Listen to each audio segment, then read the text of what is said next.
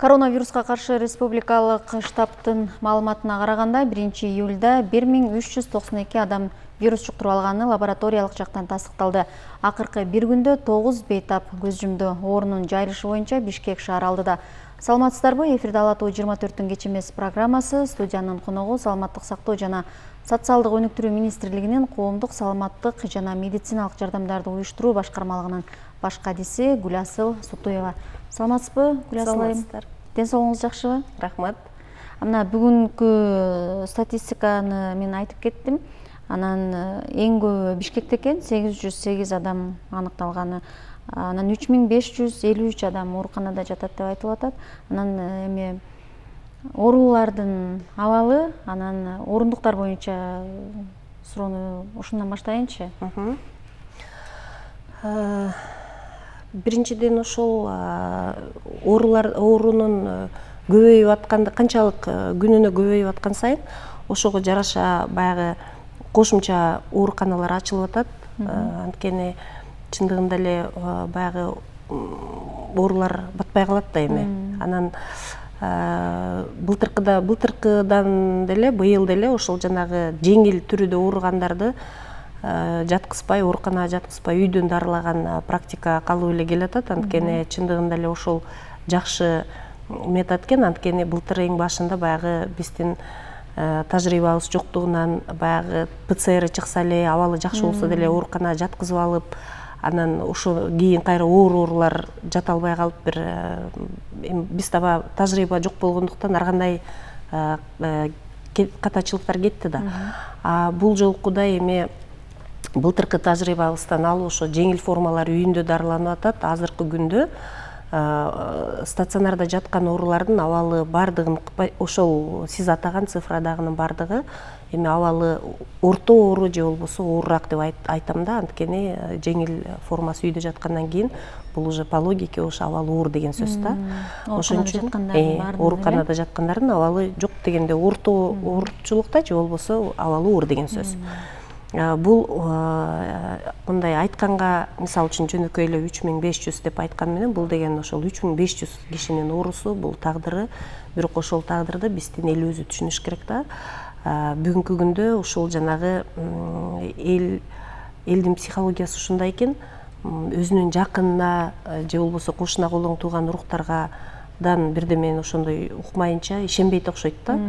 Ошон үчүн канчалык биз айтып токтоткула, мероприятие жасабагыла, той ашка барбагыла деп айткан сайын деле ишенбей барып алып, кайра жуктуруп алып, кайра абалы оор келип, анан аягы аябай өкүнүчтүү болуп бүтүп калышы мүмкүн да. Мисалы, бүгүнкү күндөгү жана 9 киши жоготтук деп атпайлы, ошонун бул деген 9 киши, 9 семьянын ичиндеги трагедия да.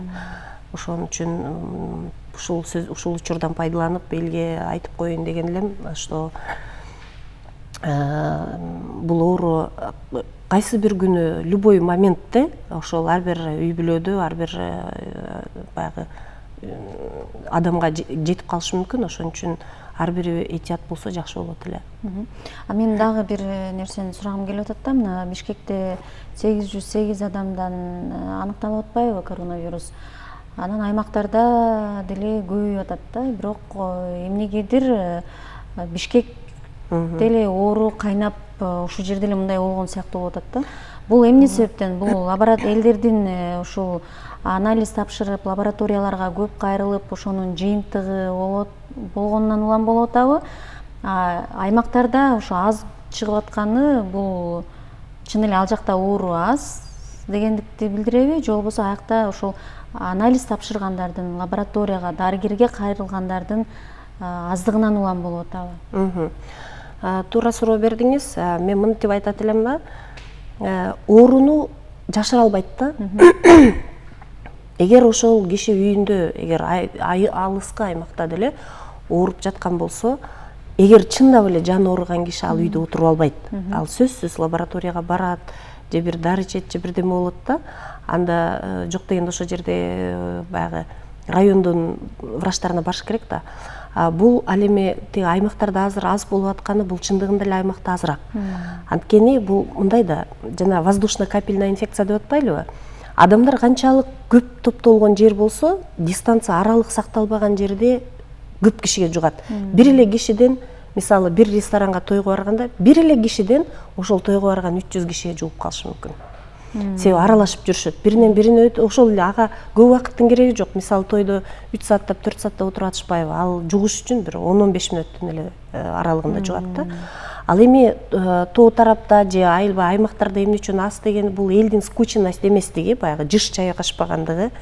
Анан элдер өтө эле мындай 2 метр, 3 метр эме болбой, жакын болуп, той аштагы мындай айылда болбойт, көбүнчө баягы эл топтолгон жерлерде болуп атпайбы?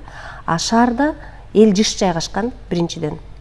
Экинчиден мына убагында айтпасак болбойт, жанагы маршруткада жүргөндө дагы элдер маршрутканын ичинде бир остановкадан кайры өсүп түшкөнгө жерге чейин бир жарым саат өтөт жок дегенде. Ошол жерде ичинде 30 киши отурса, баягы тыгылышып баратпайбы? Биринде да маска жок. Ошол мезгилде достаточно да, ошондо эле жууп калат. Той аштарды айтып деле жок. Анткени эң көп той аш мероприятиянын бардыгы чоң шаарларда болот. То есть бул Бишкекте, бул Ошто, бул Жалал-Абадта, бул Таласта, Нарында деген сыяктуу да. Канчалык эл көп болсо, ошончолук мунун жугуу эмеси да тез болот, мүмкүнчүлүгү тезирээк болот. Мисалы үчүн туурасын айтыш керек, Бишкекте мисалы кызмат көрсөтүү, ооруканага кайрылуу, дарыгер менен байланыштуу мындай ыкчамыраак аймактарда кандай болуп атат?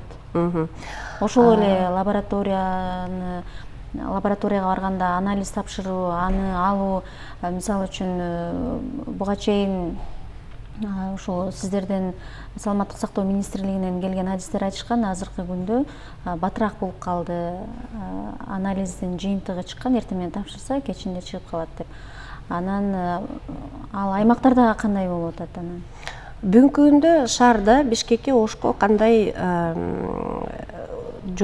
метод менен, ыкма менен текшерип аткан болсок, ошол эле ыкма менен аймактарда деле текшерилип атат. Бул мындай эме лабораториянын эмеси бардыгына бирдей эле кетет, бирдей эле чыгат. Бишкекте азыр канчалык тест чыкса, ал жакта деле ошондой. Анткени азыр жана экспресс тесттерди колдонуп атпайлыбы? Экспресс тесттен положительный чыкканда, анан ПЦР менен подтверждение кылып атат да. Мурунку жылдары биз баягы ПЦР чыкканча күтүп калганбыз. Анан баягы өтө киши көп болгон мезгилде ПЦРда убагында чыкпай элдин баары кыйналбадыбы? Кийин бирок бул проблеманы алып салганбыз, анткени ПЦРге эле байланган бул туура эмес экенин кийин түшүндүк да. Анан жанагы коронавирустун симптому барларды уже коронавирус деп признавать этип, ошону жаткызып дарылай турган болгондо, ал эми аймакта деле ушул эле ыкмалар колдонуп атат. Аймакта деле дарылангандар деле жанагы эле аймакта башкача же бул жакта башкача дарылабайт, анткени Саламаттык сактоо министрлигинен жанагы 4-5 каралыштагы клиникалык протоколдор даяр болгон, ошол ыкма менен эле бардык жерде дарылайт. Дары-дармектин жетиштүүлүгү боюнча дагы сурагым келип атат да. Туура сурап берип атасыз. Дары-дармектин жетиштүүлүгү бардык аймакта бирдей эле. Бүгүнкү күндө бир дагы ооруканада дары жок эмес, бардыгында бар. Эми ушуну мисалы азыр эфирде көрүп отургандар айтышы мүмкүн, жок, бул киши жалган айтып атат. Кайсы бир ооруканага барсак, биз моуну алып кел деди, тигини алып кел деди деп. Бул мындай да, бардык дары менен бардык ооруканалар ушу красный зона деген баягы кызыл зонадагы ооруканалар полностью бардыгы баягы эметилген, камсыздалган да. Ал эми кайсы убакта кошумча дары алып келип калышы мүмкүн. Туура аны моюнга алыш керек. Жанагы мисалы ошол жаткан киши 30-40 киши жатса, арасынан бирөөнүн панкреатит болуп калат кошумча. Ошо коронавирус болуп ооруп аткан мезгилде, же болбосо бирөөнүн сахарный диабети бар, кант диабети бар, же бирөөнүн баягы бөйрөк ооруганы бар. Ошого жанагы атайын дейт да, специфический дарылар. Ошолор ооруканада жок болуп калган мезгилде, ошондо баягы туугандарына кайрылышы мүмкүн. Ушул срочно ушул дары азыр керек болуп атат, эгер алып келип берип тургула депчи. Бирок биз ошол кайсы больницада кандай заявка менен кайсы дарылар жок болуп атса, ошонун бардыгын ошо ооруканаларга жеткизүүгө аракет кылып атышат. Анткени бул жеткизбей койгонго өкмөттө эч кандай тоскоолдук деле жок. Анткени мунун бардыгы эпидфонддон кете турган акчалар да. Бүгүнкү күндө коронавирусту дарылаганга толук медикаменттер бар. Мына эмдөө боюнча сурагым келип атат. Мына бүгүнкү күндө ошо акыркы жолу бизге Россиянын өндүрүшүнөн чыккан Спутник V вакцинасы келген да, ошол дагы абдан аз көлөмдө калды деп айтып атышат да.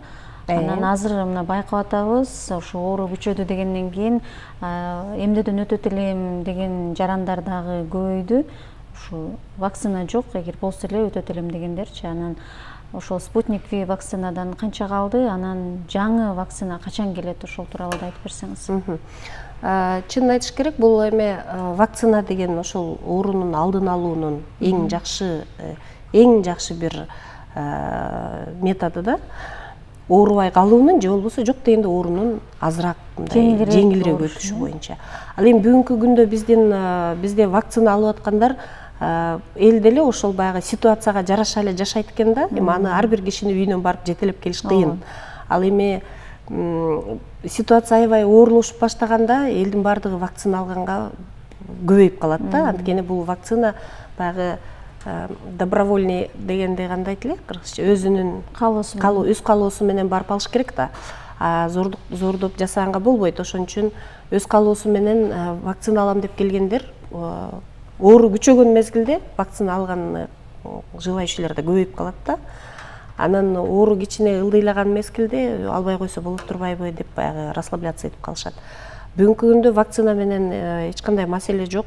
Анткени аз калса деле ал аз калды деген ал биздин саламаттык сактоо министрликтин көйгөйү. Ал аз калганда ошол бар вакцинаны эми такыр токтоп калган жок да, түгөнүп калган жок. Өз каалоосу менен келип алгандар үчүн бүгүнкү күндө жетиштүү. Ал эми жакынкы күндөрдө ошол эле Россиядан Кытай менен уже сүйлөшүүлөр бүттү, келип калат. Жакынкы күндөрдө келсе, вакцина менен эч кандай маселе болбойт. Дагы сурагым келип атат. Мына буга чейин ошол Кыргызстандын башында Ухан коронавирустун ошо Ухан штаммы менен ооруган, андан кийин Британия, Түштүк Африкадагы бар деп айтылган болчу адистер тарабынан. Соңку учурда ошол бир канча адамдын анализи Россиянын жанагы изилдөө борборуна жиберилген деп айтылганда, Индия штаммы барбы жокпу деп. Ошону сиздин оозуңуздан уккум келип атат да.